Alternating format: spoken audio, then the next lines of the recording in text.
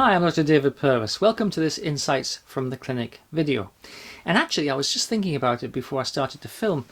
I've been working on this Insights of the Clinic video for many years, and probably as many years as I've been in clinical practice. Because I've been trying to figure out why people are anxious when there's no obvious reason to be anxious. When any kind of obvious human life problem has been resolved and still people are clinically anxious and remain clinically anxious for years and years and years. So when people come to see me for CB treatment for anxiety, I tend to ask this question, right? I say, do you know why you're anxious? And in the vast majority of cases, people would say, no, I don't know why I'm anxious. So if you find that you're anxious for no obvious reason, this might be at the very least a partial answer, and it might be the complete answer for you. But before we jump to that, let's just have a think about this. We use broad brush terms to describe things, and we go, yeah, well, I understand, right? So we say, yeah, depression. Well, we all know what depression is, but it's just a broad brush term, right? We don't know actually what the nitty gritty of depression is, let's say. Brexit, yeah, I know what Brexit is, but we don't know the vast complexity of Brexit. Democracy, yeah, I know what democracy is, but we don't actually know really how democracy works. We've got this notion of democracy that we don't actually have. Anyway, let's just have a think about anxiety. You might be anxious. People are anxious. Okay, I've got anxiety, people might say. What does that mean? But here's the thing.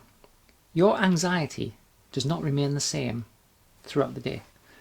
Anxiety is always changing. Sometimes anxiety is higher and sometimes anxiety is lower. It might be that you start the day anxious and it wears off. It might be that you start the day calm and it gets worse. It's always changing. Anxiety is always changing. And that means that sometimes it's high and sometimes it's low. Do you know why? Do you know what it is that makes it high or what it is that makes it low? Have you considered that anxiety takes energy? You know how tiring it is to be anxious. It's really an exhausting activity, which is, why you feel tired in the evening. But physical systems in the sort of natural world, animals do not expend energy without good reason. If there's nothing that needs energy, animals sit down and sleep. And that's also true of the human dynamic system. Your body does not expend energy, and anxiety is a lot of energy. Your body does not expend energy unless there's a good reason.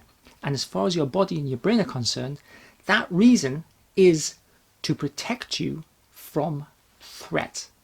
Now, as far as your brain's concerned, threat's threat, right? Internal threat, external threat. But your physiological response is the same as if you had an external threat.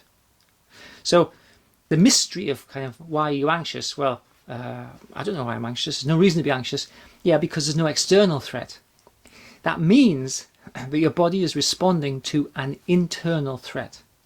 So the reason that you're anxious actually is because you perceive, or your brain, your mind, perceives an internal threat for you, a threat that you are generating for yourself. Now already we have some pieces of information there that can be really useful. But so what might be this internal threat that you have that is generating the anxiety for you? And this is what I believe it to be. We hold contradictory beliefs about ourselves on virtually everything. Now, we have all of us an inner critical voice. And that inner critical voice is an essential component of consciousness. No inner critical voice, no consciousness. Kind of unconscious behavior, unconscious activity. And it's this inner critical voice, I believe, that gave us that sort of evolutionary boost, maybe 100, 200,000 years ago, to enable us to develop language, to use tools in a more efficient and effective way, and to get to the point where we are now. We all have an inner critical voice.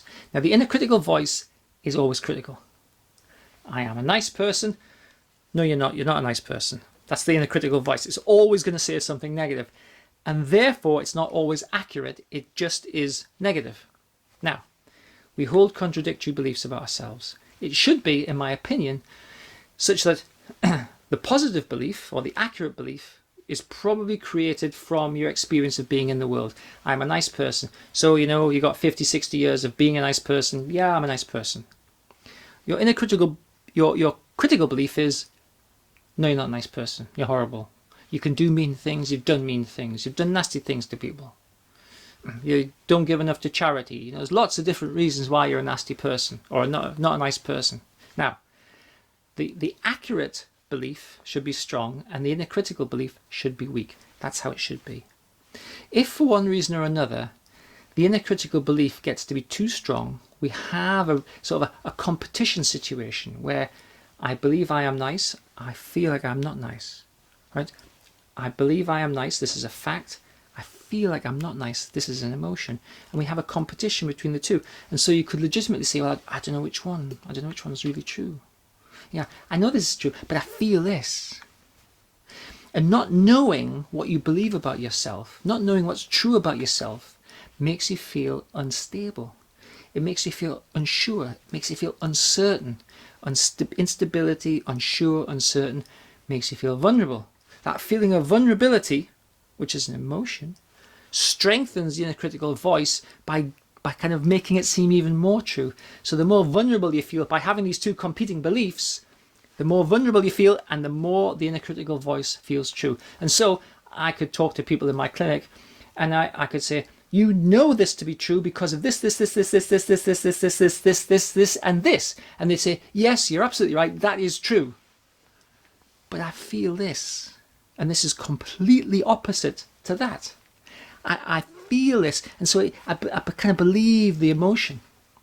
Yeah, but this is a fact, this is a fact, this is a fact. Yeah, but I feel like I'm a horrible person. Yeah, but, right? So we have this competition between these two beliefs is in principle the driver for the feeling of vulnerability, which feeds the anxiety. Because if you suspected that you're a fraud or a fake, not a nice person, not friendly enough, not intelligent, nothing to say, boring, all of the sort of negative things that the inner critical voice could create for you, if you believed those, if those felt like they were true, you're going to put some effort into avoiding thinking about them and protecting yourself from them. And in principle, you're going to organize the world. You're going to push. You're going to push the world away. You're going to make things happen. You're going to do things exceptionally well so you don't get found out as being stupid. You're going to do all sorts of things. You're going to manage the external world so that your feeling about yourself does not get exposed. That is why you're anxious. Because the feelings you have about yourself might become visible to the external world and people would see kind of what you're really like, and that would make you feel horrible. So, if you don't know why you're anxious and there's no obvious reason for you to be anxious, it's probably that you have an internal conflict from competing beliefs. That makes you feel unsure about yourself, makes you feel vulnerable, and that feeds the emotion. And so you're believing the feeling, not the fact. And the absolute last word, in a sense, is feelings are not facts. What's true is true. And how you feel is not necessarily an accurate reflection of reality. But what you know to be true is an accurate reflection of reality. And so we've got to work to reduce the power of the inner critic and to increase our reliance on facts and reality and our everyday ongoing experience. And not allow the inner critic to negate positive experiences and to drive down our sense of security in who we are. So I hope you found this interesting. Please leave comments if you have. Thanks for taking the time to watch and listen.